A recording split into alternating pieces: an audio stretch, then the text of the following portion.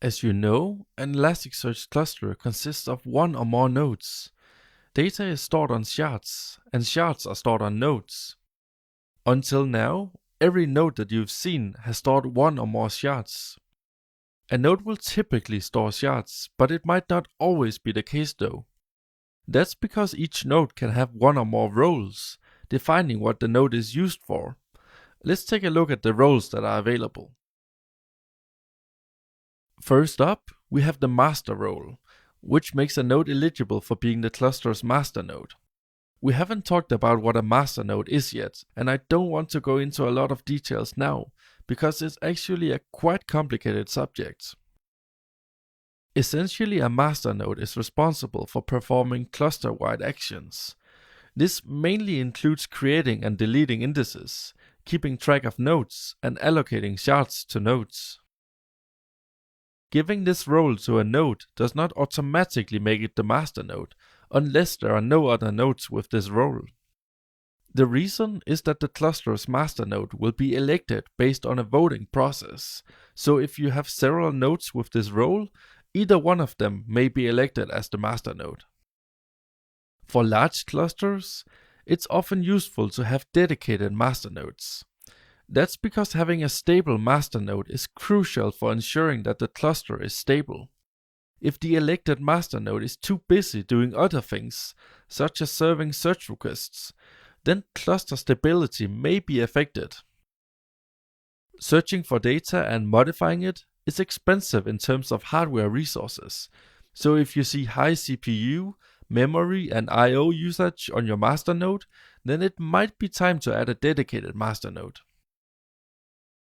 Next, we have the data role. As its name implies, this role enables a node to store a part of the cluster's data. Not only that, it also performs queries, such as search queries and modifications of data. Storage of data therefore goes hand in hand with serving queries that are related to the stored data. A node will typically have this role, especially for small to medium-sized clusters, but a node won't store any shards if this role is disabled. I mentioned that for large and busy clusters, there might be a point in time where it's useful to introduce dedicated master nodes. A part of doing that is to disable the data role for the master eligible nodes. You will then have other nodes that do contain the data role and not the master role. The main purpose of having dedicated data nodes is therefore to separate master and data nodes.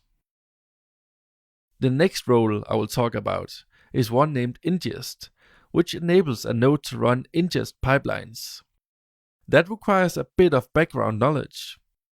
An ingest pipeline is a series of steps that should be performed when ingesting a document into Elasticsearch. Ingesting refers to adding a document to an index. The steps are formally referred to as processors, and they may manipulate documents before they are added to an index, such as adding and removing fields or changing values. An example would be to ingest a web server's access log, where each request is stored as an Elasticsearch document. We could then transform the visitor's IP address into geographical data such as latitude, longitude, country, etc. You can think of an Elasticsearch ingest pipeline as a simplified Logstash pipeline, as it provides a subset of the Logstash functionality. You can build fairly complex ingest pipelines that perform a lot of data transformations, but if you need the full functionality, then Logstash is the way to go. That being said, ingest pipelines are useful for relatively simple data transformations. If you're ingesting a high volume of documents, then running all of them through an ingest pipeline may be expensive in terms of hardware resources. Some of the Elastic Stack products ship with ingest pipelines. For example, if you use FileBeat to ingest Apache access logs, each line of the access log will be run through an ingest pipeline before being stored within an Elasticsearch index. As you might imagine, running a busy website or API will yield a lot of documents. That's why it's possible to enable or disable ingest pipelines for a node. If you run a lot of documents through a pipeline, you might consider having a dedicated node for this. If you intend to make use of machine learning, there are two settings related to this feature. The first one, named node.ml, identifies a node as a machine learning node if set to true. This enables the node to run machine learning jobs. The second setting is named xpack.ml.enabled, which enables or disables the node's capability of responding to machine learning API requests.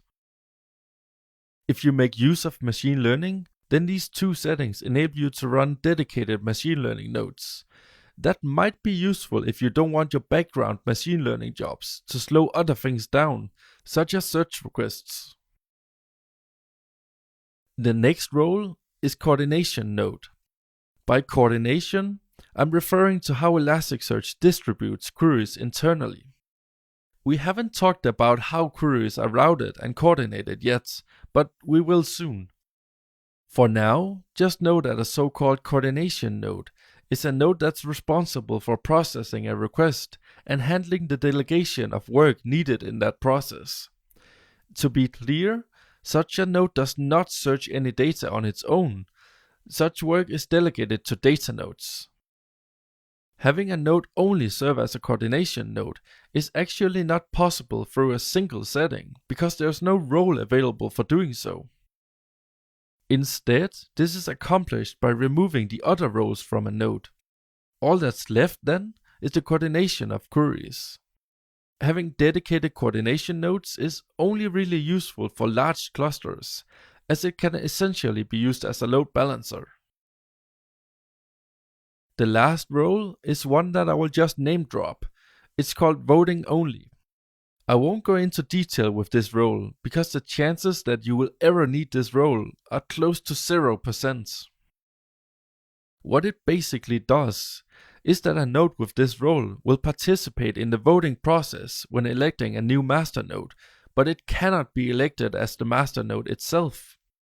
This role is only useful for large clusters. So which roles do our nodes actually have? You have actually seen that before, but I just didn't mention it. Let's head over to Kibana and take a look at the nodes within our cluster. There are two columns of interest to us, node.role and master. The first column specifies which roles a given node has. The roles are abbreviated, so DIM is short for data, ingest, and master.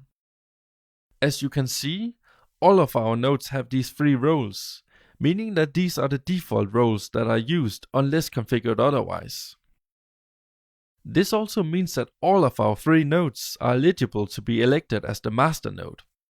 In this case, the first node was chosen as the master. That's because it's the first node that was started up, and since there were no other nodes available at that point in time, that node had to become the master. That's also why you saw me checking the output of the first node when adding additional nodes to the cluster in the previous lecture. Now that you know which roles are available, let's talk a bit about when you will want to change them. As with determining the optimal number of shards that an index should have, the answer is that it depends. That being said, modifying the roles of nodes is almost always something you will do for large clusters and not small ones. Besides the size of the cluster, you will typically also want to do this when you need to scale the throughput of the cluster, i.e. when hardware usage is high. You will commonly want to tweak the number of shards and nodes first, however.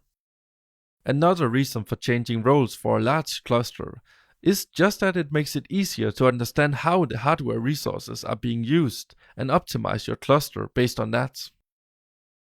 As a rule of thumb, you shouldn't change any roles if you don't know what you're doing, or if you don't have a good reason for doing so. This is something that can always be done at a later point, so you will almost always want to stick with the default roles until you need to change them. This also means that the purpose of showing them to you is not for you to go ahead and change the roles, but just for you to be aware of the possibility of doing so, in case you ever need to.